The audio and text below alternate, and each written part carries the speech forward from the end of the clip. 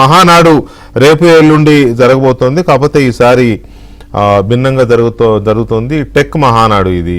ఎందుకంటే వర్చువల్గా జరుగుతోంది. ఎక్కడా కూడా బహిరంగ సభ లేకపోతే అందరూ ఒక చోట రావడం, ఇది మహానాడు పండగలాగా జరిగేది కదా. ఈసారి అలా కాకుండా ఎక్కడికెక్కడ క్లస్టర్స్, అంటే గ్రామాలు, మనం అనుకుందాం ఒక బూత్లు అనుకోండి పోనీ, ఆ టైంలో ఎక్కడికక్కడ క్రియాశీల కార్యకర్తలు, అక్కడ ఉండే స్థానిక నాయకులు జమ అయ్యి మొత్తం వీళ్ళందరూ జూమ్ దీంట్లోకి వచ్చేస్తారు. అది చాలా ఆధునికంగా చెప్పాలంటే టెక్నాలజీని ఉపయోగించుకుని చేస్తున్నారు ఈ మహానాడు. మరి ఇలా చేసే ఇది ఎందుకు అని అంటే, పొదుపు చేయమని ప్రధానమంత్రి గారు అన్నారు కాబట్టి, అనవసరమైన ఖర్చు పెట్టొద్దు అనేది ఒక నిర్ణయం తీసుకున్నారు. దాంతోపాటు మరి ఎండలు విపరీతంగా మండిపోతున్నాయి, ఈ ఎండల్లో మంచిది కాదని కూడా అనుకున్నారేమో, అదైతే చెప్పలేదు. బట్ ఇప్పుడున్న పరిస్థితుల్లో ఈ ఎండల్లో జనాన్ని అంత దూరం తరలించడం మంచిది కాదనేదే ఒకటి అనిపిస్తోంది. సో ఈ పరిస్థితుల్లో మరి ఈ వర్చువల్ ద్వారా, దాన్ని ఏమంటారు, దృశ్య శ్రవణ విధానం ద్వారా మహానాడు జరిగితే కార్యకర్తలు చెప్పేది నాయకులకి అంత బాగా రీచ్ అవుతుందా? ఎందుకంటే ఫిజికల్గా కలవడం అనేది ఉండదు కాబట్టి, భౌతికంగా ఉండదు కాబట్టి రీచ్ అవుతుందా? అలాగే నాయకులు ఇచ్చే సందేశం డైరెక్ట్గా కార్యకర్తలకి, శ్రేణులకి రీచ్ అవుతుందా? ఇది కూడా ఒక ఇంపార్టెంట్ పాయింట్. ఎందుకంటే మహానాడు అనేది రాబోయే ఏడాది కాలానికి ఒక పక్కా ప్రణాళికతో కూడిన దిశానిర్దేశం, ఒక సిలబస్ లాంటిది.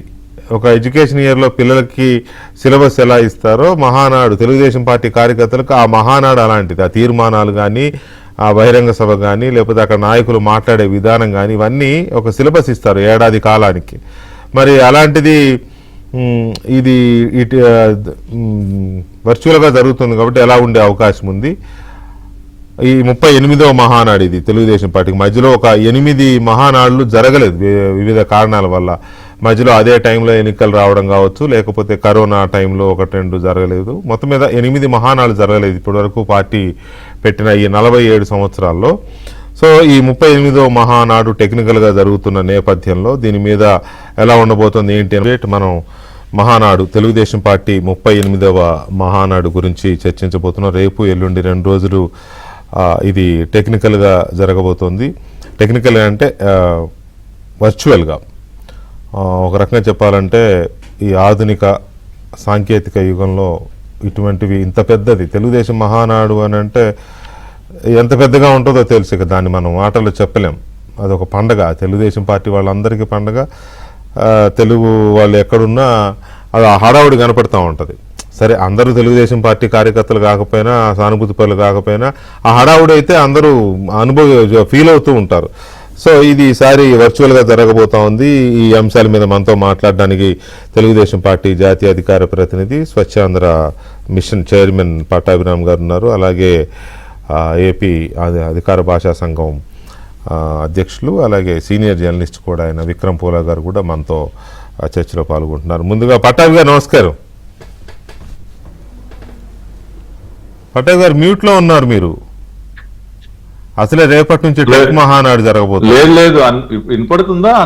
ఇప్పుడు వినపడుతుంది. నమస్కారం వికే గారు. నమస్కారం అండి.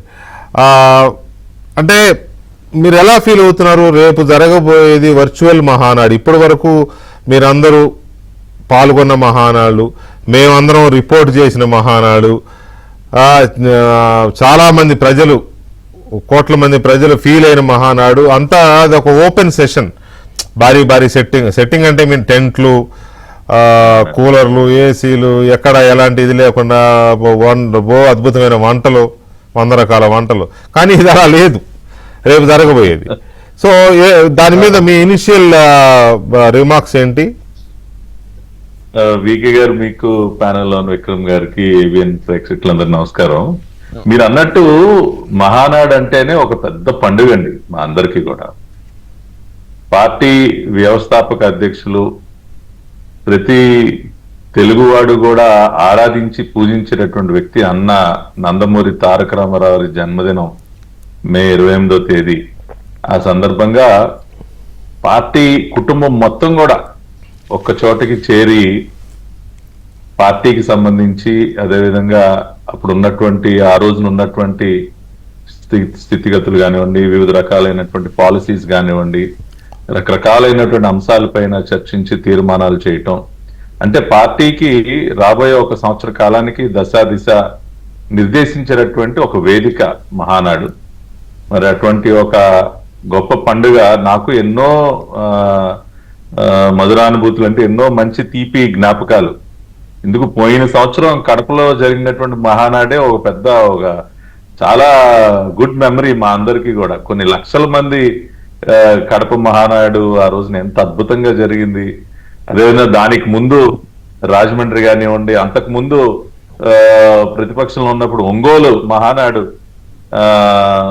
ఆ రోజున ఆనాటి గొడ్డలపాటి ప్రభుత్వం కార్యకర్తలను రానివ్వకుండా ఎన్ని అడ్డంకులు పెట్టినా, రోడ్డుకి అడ్డంగా లారీలు పెట్టి, పోలీసు వాహనాలు పెట్టి, వాహనాలు దొరకకుండా చేస్తే ఆ రోజున ఎడ్ల బండ్లు వేసుకుని కూడా వచ్చేసారు, కాలినడకన వచ్చేసారు.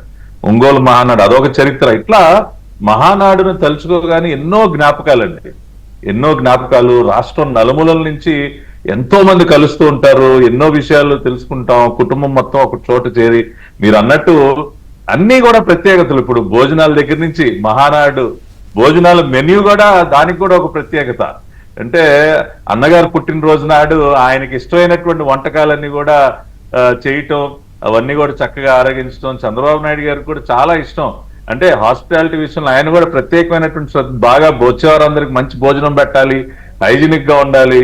పోయిన మహానాడు అయితే మేము స్వచ్ఛ మహానాడిగా ప్రకటించి కడపలో శానిటేషన్ పరంగా అవన్నీ కూడా చాలా జాగ్రత్తలు తీసుకున్నాం. సో భోజనాల దగ్గర నుంచి ఫోటో ఎగ్జిబిషన్, అసలు అన్నగారు పాత ఫోటోగ్రాఫ్స్, ఇప్పుడు మా టీడీ జనార్దన్ గారు, ఇప్పుడు విక్రమ్ పోలా గారు కూడా ఉన్నారు ఆ కమిటీలో. వీరందరూ కూడా సేకరించి అన్నగారికి సంబంధించినటువంటి అనేక ఓల్డ్ పిక్చర్స్, పార్టీ హిస్టరీని తెలియజేసేటటువంటి ఇవన్నీ రేపు టెక్నికల్ దీంట్లో ఉండవు కదా, వర్చువల్ లో. అంటే ఈసారి అదే ఇప్పుడు ఇవన్నీ నేను చెప్తూ, ఈసారి ఏంటంటే కొన్ని అనివార్య కారణాల వల్ల, లేకపోతే అసలు నెల్లూరులో అద్భుతంగా మొత్తం అక్కడ వేమిరెడ్డి ప్రభాకర్ రెడ్డి గారు, మా సోమిరెడ్డి గారు, అక్కడ ఉన్నటువంటి కోటన్ రెడ్డి అన్న, వీళ్ళందరూ అద్భుతంగా అక్కడ గ్రౌండ్ అంతా సిద్ధం చేశారు. సన్నాహక సమావేశానికి నేను కూడా వెళ్ళాను. మొత్తం అక్కడ పరిశీలించే ఏర్పాట్లన్నీ కూడా ప్రారంభమైనటువంటి తరుణంలో ఇప్పుడున్నటువంటి ఈ జియో పొలిటికల్ సిచ్యువేషన్ ఏదైతే ఉందో, గౌరవ ప్రధానమంత్రి గారు ఇచ్చినటువంటి పిలుపు మేరకు కొంత మనం పొదుపు పాటించాలి, ఇంధనం వాడకం విషయంలో కానివ్వండి, ఇతరత్ర విషయాల్లో కొన్ని జాగ్రత్తలు మనం తీసుకోవాలని చెప్పి ఏదైతే గౌరవ ప్రధానమంత్రి గారు పిలుపునిచ్చారో, మరి ముఖ్యమంత్రి చంద్రబాబు నాయుడు గారు కూడా ఆ దిశగా కొన్ని నిర్ణయాలు తీసుకోవటం, దానివల్ల దీన్ని ఈసారి కొద్దిగా డౌన్ సైజ్ చేసుకుని ఒక హైబ్రిడ్ మోడల్లో, వర్చువల్ విధానంలో మనం మహానాడుని చేసుకుందాం అని చెప్పి ఒక నిర్ణయానికి, అంటే దేశంలో నెలకొని ఉన్నటువంటి పరిస్థితుల్లో, ప్రపంచంలో జరుగుతున్నటువంటి అనేక సంఘటనల దృష్ట్యా ఈ నిర్ణయం తీసుకోవటం జరిగింది. కొంత మాకు నిరుత్సాహం కలిగినప్పటికీ, అరే ఒక పెద్ద పండగని అందరం కలుసుకునే వాళ్ళం కదా లీడర్స్ అందరూ అని చెప్పి, కార్యకర్తలు అని మీ అందరం కూడా కొద్దిగా నిరుత్సాహపడిన తప్పని పరిస్థితి. అందుకనే ఒక హైబ్రిడ్ మోడల్లో నిర్వహించుకున్నాం. గతంలో కోవిడ్ సందర్భంగా పూర్తి డిజిటల్ మహానాడుని అప్పుడు కూడా నిర్వహించుకోవటం జరిగింది. ఈసారి వర్చువల్ విధానంలో, అంటే కీలకమైనటువంటి నాయకులు, రాష్ట్ర కమిటీ, సెంట్రల్ కమిటీ మొత్తం కూడా కేంద్ర కార్యాలయంలో ఉండేటట్టు రాష్ట్ర వ్యాప్తంగా 1875 క్లస్టర్లు, 175 నియోజకవర్గాలకు సంబంధించి 1875 క్లస్టర్లలో అక్కడ ప్రత్యేకంగా స్క్రీన్స్, వీడియో కాన్ఫరెన్సింగ్ ద్వారా ఈ మహానాడు అంతా కూడా అక్కడ కూర్చుని వీక్షించేటటువంటి అవకాశాన్ని కల్పిస్తున్నాం. నాయకులు ఇంటరాక్ట్ చేసేటటువంటి అవకాశాన్ని కల్పిస్తున్నాం. అంటే 1875 క్లస్టర్లు అంటే ప్రతి క్లస్టర్ లో సుమారుగా 20,000 మంది ఓటర్లతో కూడినటువంటి క్లస్టరు. మరి పార్టీకి నాకు సంబంధించి కూడా దాదాపు మరి 800 మంది కీలకమైనటువంటి నాయకులు, వీళ్ళందరూ కూడా ప్రతి క్లస్టర్ లో కూడా ఉంటారు. సో వారందరూ కూడా పార్టీ మహానాడులో ఈ వర్చువల్ విధానంలో, హైబ్రిడ్ మోడల్లో పాల్గొనడం జరుగుతుంది. ఇప్పటికే ఏర్పాట్లన్నీ కూడా పూర్తయ్యాయి. ఇందాకే గౌరవ ముఖ్యమంత్రి చంద్రబాబు నాయుడు గారు, మా పార్టీ జాతీయ అధ్యక్షులు కూడా ఒక టెలికాన్ఫరెన్స్ తీసుకుని అక్కడ కూడా అన్ని ఏర్పాట్లు, అంటే ఏదో స్క్రీన్ పెట్టి వదిలేయటం కాదండి. ఇందాక టెలికాన్ఫరెన్స్ లో ఆయన చెప్పింది ఏంటంటే, ప్రతి క్లస్టర్ దగ్గర కూడా మీరు మంచి భోజనాలు, మహానాడులో ఏ రకంగా అయితే మంచి భోజనాలు పెడతామో అక్కడ కూడా మంచి భోజనం ఏర్పాటు చేయండి. ఎండలు బాగా తీవ్రంగా ఉన్నాయి, అక్కడ ఎయిర్ కూలర్స్ కానీ ఏసీలు కానీ అవన్నీ ఉండే చూసుకోండి, చక్కగా మజ్జిగ పెట్టండి, మంచినీళ్ళు అందుబాటులో ఉంచండి, ఇవన్నీ ఆయన మొత్తం అన్ని జాగ్రత్తలు చెప్పారు. క్లస్టర్ స్థాయిలో జరిగిన ఏర్పాట్లు కరెక్ట్ గా ఉండాలి, అన్ని నేను మానిటర్ చేస్తానని ఎమ్మెల్యేస్ అందరికి చెప్పటం. అనివార్య పరిస్థితిలో ఒక పెద్ద పండుగను ఈ రోజున హైబ్రిడ్ మోడల్లో చేసుకుంటా ఉన్నాం వికే గారు. తప్పనిసరి ఇది ఒక న్యూ ఎక్స్పీరియన్స్ అనుకోవాలి అందరికీ కూడా. రైట్. విక్రమ్ గారు గుడ్ ఈవినింగ్ అండి. గుడ్ ఈవినింగ్ అండి. విక్రమ్ గారు, మీరు చాలా మహానాళ్ళు మీరు ఎక్స్పీరియన్స్ చేశారు, మేము చాలా మహానాళ్ళు రిపోర్ట్ చేశాము.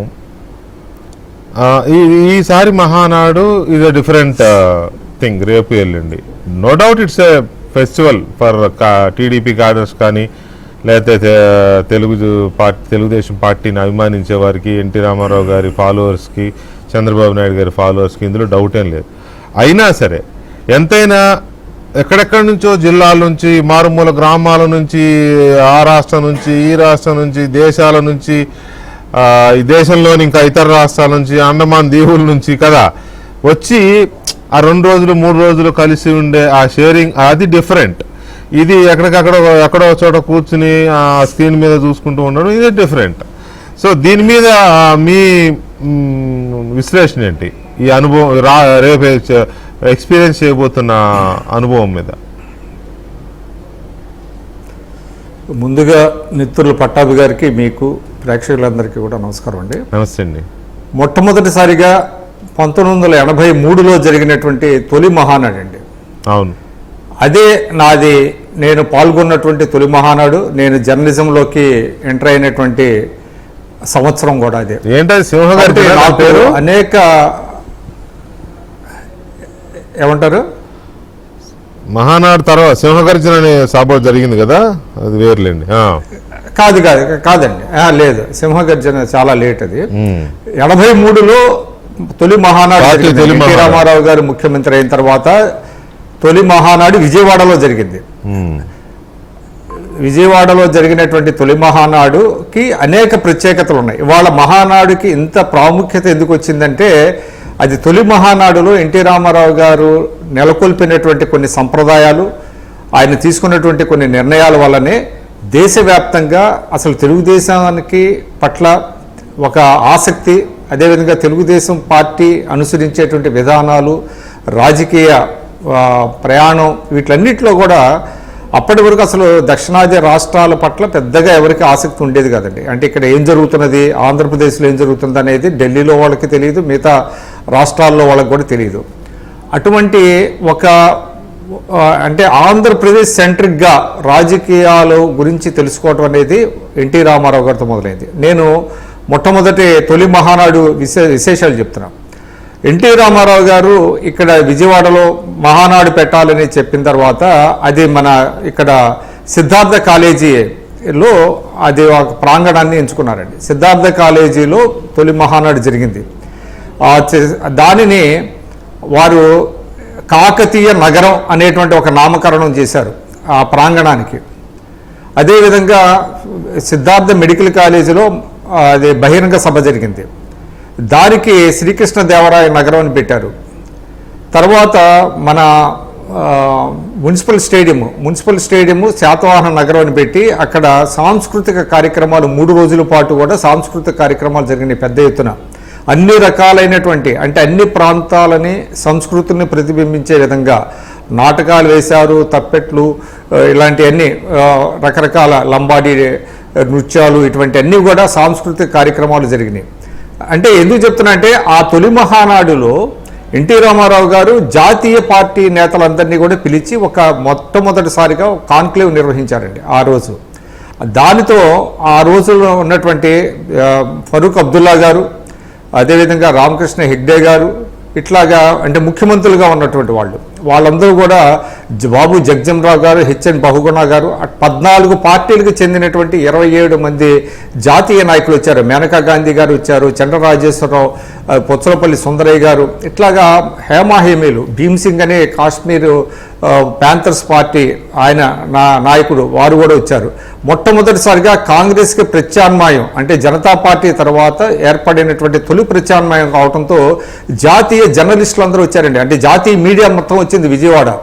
అప్పుడు నాకు చాలా ఒక సంభ్రమంగా చూసినటువంటి పరిస్థితి. కులదీప్ నయ్యర్ కావచ్చు, అరుణ్ శౌరి కావచ్చు, ఇటువంటి జర్నలిస్టులు చూసి పులకరించిపోయింది. ఎందుకంటే మనం చూస్తాం తప్ప వాళ్ళని అంటే అంత దగ్గరగా చూడటం అనేటువంటిది అదే నాకు మొట్టమొదటిసారి. అదేవిధంగా జాతీయ నాయకులందరూ కూడా, వాజ్పేయి గారు, ఎల్కే అద్వానీ గారు, అట్లాగా నమ్మూద్రిపాద్ గారు, ఇట్లాంటి హేమహేములందరూ కూడా వచ్చినటువంటి మహానాడు. ఆ మహానాడులో అసలు తీర్మానాలు పెట్టడం, అధ్యక్షుని ఎన్నుకోవటం, అదేవిధంగా అనేక అంశాల మీద తీర్మానాలు చేయటం అనేటువంటి ఒక ఒరవడి, ఒక రాజకీయ కొత్త నూతన ఒరవడిని ఎన్టీ రామారావు గారు ప్రవేశపెట్టారు.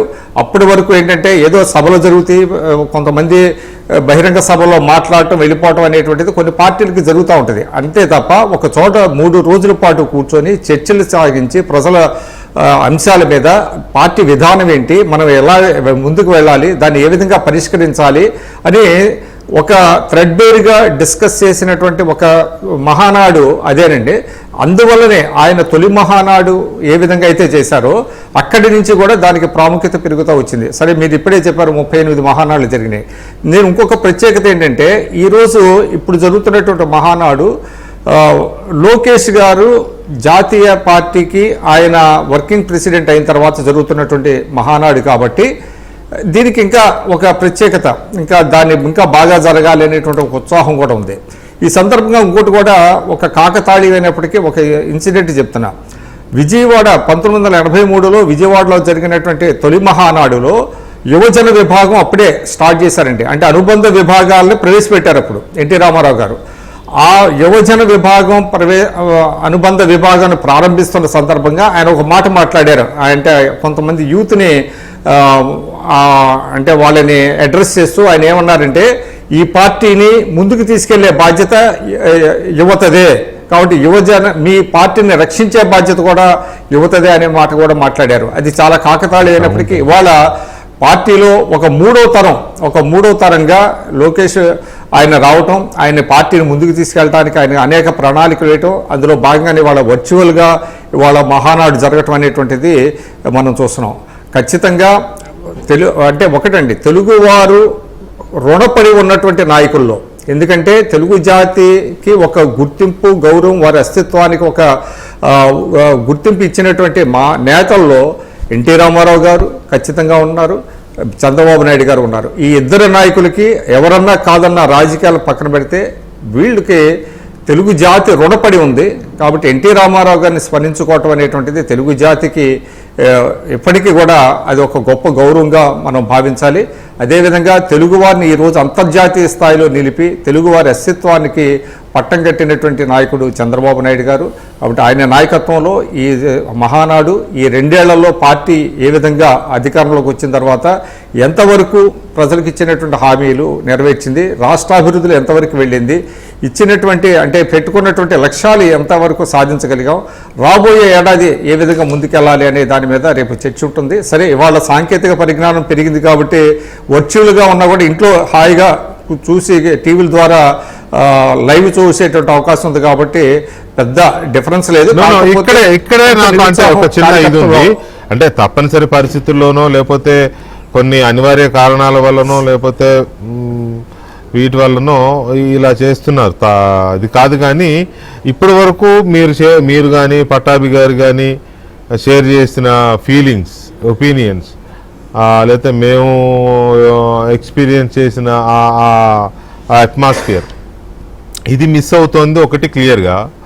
రెండవది షేరింగ్ ఆఫ్ ఒపీనియన్స్, తర్వాత మెసేజ్, పార్టీ నాయకత్వం కాడర్స్కి ఇచ్చే మెసేజ్, తర్వాత ప్రతి తీర్మానానికి ఒకరు ప్రపోజ్ చేయడము, ఇద్దరు బ్యాక్ చేయడం దాన్ని కదా, ఇటువంటివి. ఆ తీర్మానాల మీద మళ్ళీ చర్చ జరగడం, ఎక్కడెక్కడి నుంచి నేను చెప్పినట్టుగా ఎక్కడెక్కడో సుదూర ప్రాంతాల నుంచి మహానాడుకు తరలి రావడం, ఇవన్నీ దాంట్లో మెసేజ్ డైరెక్ట్గా ఇంజెక్ట్ అవుతుంది క్యాడర్స్కి. ఇది అవుతుందా లేదా? పట్టాభి గారు, ఇక్కడ చాలా కీలకమైన ఇదేంటంటే మహానాడుకు సంబంధించినంత వరకు అందరూ ఒక దగ్గర చేరడం, ఇయర్లీ వన్స్ అయినా ఒకసారి కలవాలి అందరం అనేది ఒకటి ఉంటుంది. అంటే ఇక్కడ నేను రేపు ఎల్లుండి జరగబోయేదాన్ని తప్పు అని నేను అనడంలా, కాకపోతే మహానాడు యొక్క కాన్సెప్ట్ కలవాలి, ఇప్పటి వరకు జరిగింది సమీక్షించుకోవడం, రాబోయే ఏడాది కాలానికి ఒక సిలబస్, తీర్మానాలు, ఇవి కదా జరుగుతాయి. రేపు కూడా అవే జరుగుతాయి. రేపు ఎల్లుండి తీర్మానాలు ఉంటాయి. సపోజ్ మీరున్నారు, మీరు ఒక తీర్మానాన్ని ప్రవేశపెడితే ఇంకొక ఇద్దరు దాన్ని సపోర్ట్ చేయడము, ఇది జరుగుతుంది. మామూలుగా అయితే అక్కడ కార్యకర్తలు వీళ్ళలో కూడా దాదాపు 10-15 వేల మంది, 20 వేల మంది, 30 వేల మంది వచ్చిన మహానాలు కూడా చూసాం కదా. సో ఈ మెసేజ్ మెయిన్గా మెసేజ్ ఓరియంటెడ్గా జరుగుతుంది కాబట్టి మహానాడు కార్యకర్తలు పార్టీ నాయకత్వానికి చెప్పాలనుకున్నదైనా, నాయకత్వం కార్యకర్తలకి కన్వే చేయాలనుకున్న మెసేజ్ అయినా వెళ్తుందా, లేకపోతే ఏదో జరిగింది అనిపిస్తుందా? లేదు వికే గారు, లోకేష్ గారు కార్యనిర్వాహక అధ్యక్షులుగా, వర్కింగ్ ప్రెసిడెంట్ గా బాధ్యతలు స్వీకరించిన తర్వాత నిర్వహిస్తున్నటువంటి మొట్టమొదటి మహానాడు. అవును, ఆయన అన్ని రకాలుగా ప్రత్యేకంగా దీనిపైన దృష్టి సారించి ఎక్కడ ఎటువంటి చిన్న లోపం కూడా జరగకుండా అన్ని జాగ్రత్తలు తీసుకుంటున్నారు. దాదాపు 20 తీర్మానాలు ఈ మహానాడు వేదికపై నుండి ప్రవేశపెట్టబోతున్నాం. 14 తీర్మానాలు ఆంధ్ర రాష్ట్రానికి సంబంధించి, 4 తీర్మానాలు తెలంగాణకు సంబంధించి, 1 తీర్మానం అండమాన్ అండ్ నికోబార్కి సంబంధించి, 1 రాజకీయ తీర్మానం, 20 తీర్మానాలు. ఈ 20 తీర్మానాలు ప్రవేశపెట్టడానికి నాయకులను కూడా ఐడెంటిఫై చేసి నిన్న ఇవాళ వారికి శిక్షణా తరగతులు కూడా నిర్వహించడం జరిగింది. అనేక మంది కొత్త వారికి అవకాశం ఇస్తూ ఉన్నారు. సామాన్య కార్యకర్తలు రేపు మహానాడు వేదికపై నుండి మాట్లాడబోతున్నారు.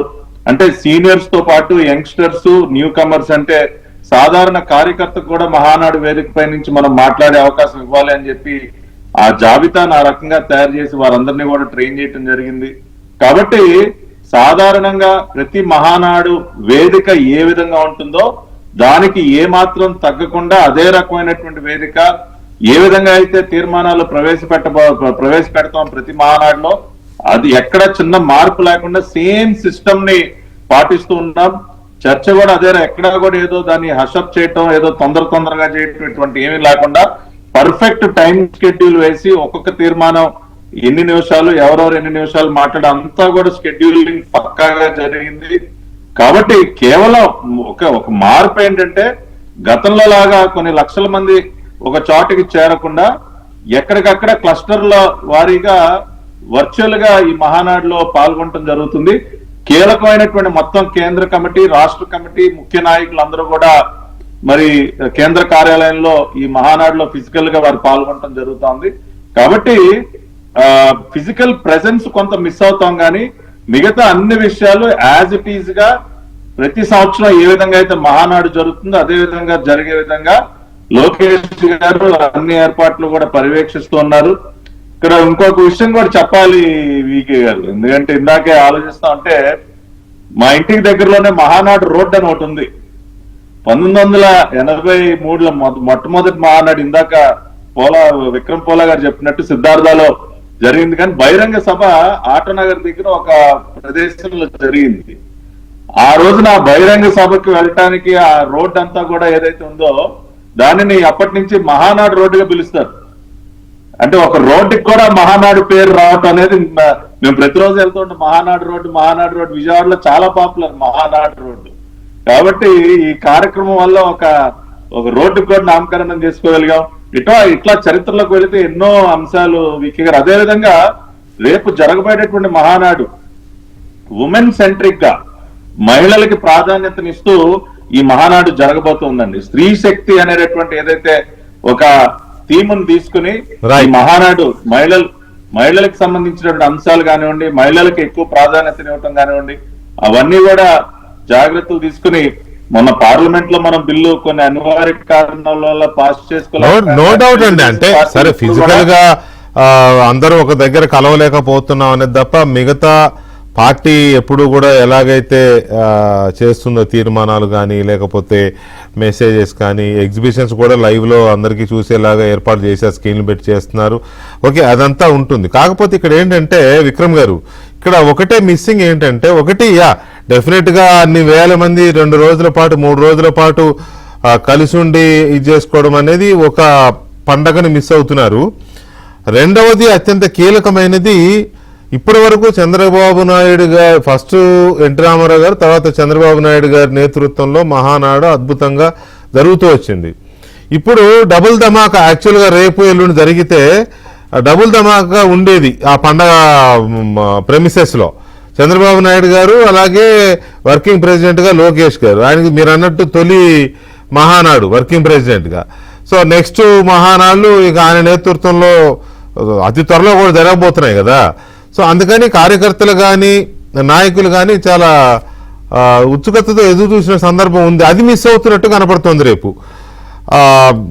దాని మీద మీరేమంటారు? అంటే ఇది అనివార్యమైనటువంటి కారణాల వల్ల ఈ విధంగా జరిగినప్పుడు కొంత మేబీ ఉంటే ఉండొచ్చు. అయితే ఒక్క విషయం అండి, ఒక్కటే అంశం ఏంటంటే ఈ మహానాడు థీమ్ ఏంటి అనేటువంటిది చాలా ఇంపార్టెంట్. ఈ మహానాడు ఏమి సందేశం ఇవ్వబోతున్నది?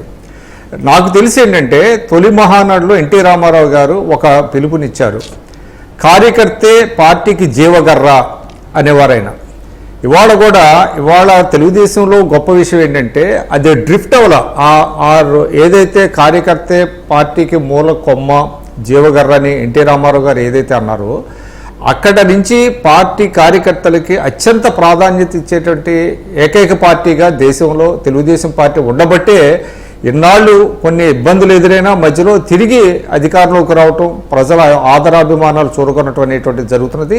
ఆ విషయంలో మనం చూసినట్లయితే ఇవాళ లోకేష్ గారు కూడా పార్టీ కార్యకర్తల గురించి పదే పదే మాట్లాడుతున్నారు. అది చాలా చెప్పుకోదగినటువంటి విషయం. ఎందుకంటే కార్యకర్తలు లేదే పార్టీ లేదు అని ఎన్టీ రామారావు గారు ఏదైతే అన్నారో, చంద్రబాబు నాయుడు గారు కూడా దానినే పాటిస్తున్నారు. ఇవాళ లోకేష్ గారు దాన్ని మరింత ముందుకు తీసుకెళ్తున్నారు. ఇవాళ పార్టీ కార్యకర్తల సంక్షేమాన్ని పట్టించుకునేటువంటి ఏకైక పార్టీ ఏదైనా ఉందంటే దేశంలో తెలుగుదేశం పార్టీ అండి. దాన్ని మనం విస్మరించకూడదు. ఏ పార్టీ జాతీయ పార్టీలుగా ఒకటో రెండో పార్టీలు ఉంటే ఉండొచ్చు, కానీ పార్టీ కార్యకర్తలకు ఏదైనా చిన్న సమస్య వచ్చినా కూడా, వాళ్ళకి ఆరోగ్యపరమైనటువంటి ఇష్యూస్ వచ్చినా, ఇవాళ పార్టీ ఇంటర్ ట్రస్ట్ ద్వారా చేస్తున్నటువంటి సేవలు కావచ్చు, వాళ్ళ కోసం స్కూలు పెట్టడం, కార్యకర్తలు ఎవరైతే ప్రమాదంలోనో లేకపోతే హత్యలకు గురయ్యి వాళ్ళు చనిపోతే వాళ్ళ బిడ్డలను ఆదుకోవటం, ఇటువంటి అన్నీ కూడా కార్యకర్తని దేవుడిలాగా చూసేటువంటి ఒక విధానం ఏదైతే ఎన్టీ రామారావు గారిలో ఉందో దానిని కొనసాగించడం అనేటువంటిది చాలా ఇంపార్టెంట్ అని నేను అనుకుంటున్నా. సరే, ఇవన్నీ కూడా అందరూ ఒక చోట చేరితే బాగుంటుంది, బ్రహ్మాండంగా ఉంటుంది, అంతే కదా. మనం ఇప్పుడు ఒక చోట మన ముగ్గురం కలిసి ఒక చోట కూర్చొని మాట్లాడుకునేదానికి ఇట్లాగా వేరువేరుగా కూర్చొని మాట్లాడేదానికి కొంత తేడా ఉంది. అయినప్పటికీ కూడా దాని స్పిరిట్ అనేటువంటిది చాలా ఇంపార్టెంట్ అండి. ఆ స్పిరిట్ అనేది నేను అనుకోవటం అది మిస్ అవటంలా. అందువల్లనే ఇవాళ తెలుగుదేశం రేపు చూస్తే ఆ ఫీలింగ్స్ అర్థమవుతాయి మనకి. మహానాడులో పాల్గొనే తెలుగుదేశం పార్టీ నాయకులు కానీ లేకపోతే కార్యకర్తలు వీళ్ళ ఫీలింగ్స్ ఏంటనేది రేపు తొలి రోజు తెలిసిపోతుంది. దాన్ని బట్టి మళ్ళీ ఎల్లుండికి ఇంకేమైనా ఇంప్రూవ్మెంట్ చేయొచ్చా లేకపోతే ఇంకేం చేయొచ్చా అనేది డెఫినెట్గా ఆలోచిస్తుంది పార్టీ నాయకత్వం. మనకు కూడా ఒక అంచనా తెలుస్తుంది. ఈ వర్చువల్ మహానాడు ఇంత పెద్ద ప్లీనరీ ఏ పార్టీ చేయదు, ఇంత ఇదిగా దేశంలో ఏ పార్టీ చేయడంలా. ఇంత తెలుగుదేశం పార్టీ చేసినంత పీరియాడికల్గా అంటే every year for that matter ఇంత ఇదిగా ఎవరు చేయడం లేదు. కాబట్టి రేపు ఏంటనేది చూద్దాము. తెలుగుదేశం పార్టీ కార్యకర్తలకి నాయకులకి శుభాకాంక్షలు కూడా చెప్పాల్సిన సందర్భం రేపు మహానాడు బేస్ చేసుకుని, అన్నగారి జన్మదినం కూడా కాబట్టి ఎల్లుండి. So anyway, thank you very much Pattabhi గారు అండ్ విక్రమ్ గారు, థ్యాంక్ యూ అండి. ఇది ఇవాళ డిబేట్. మళ్ళీ రేపు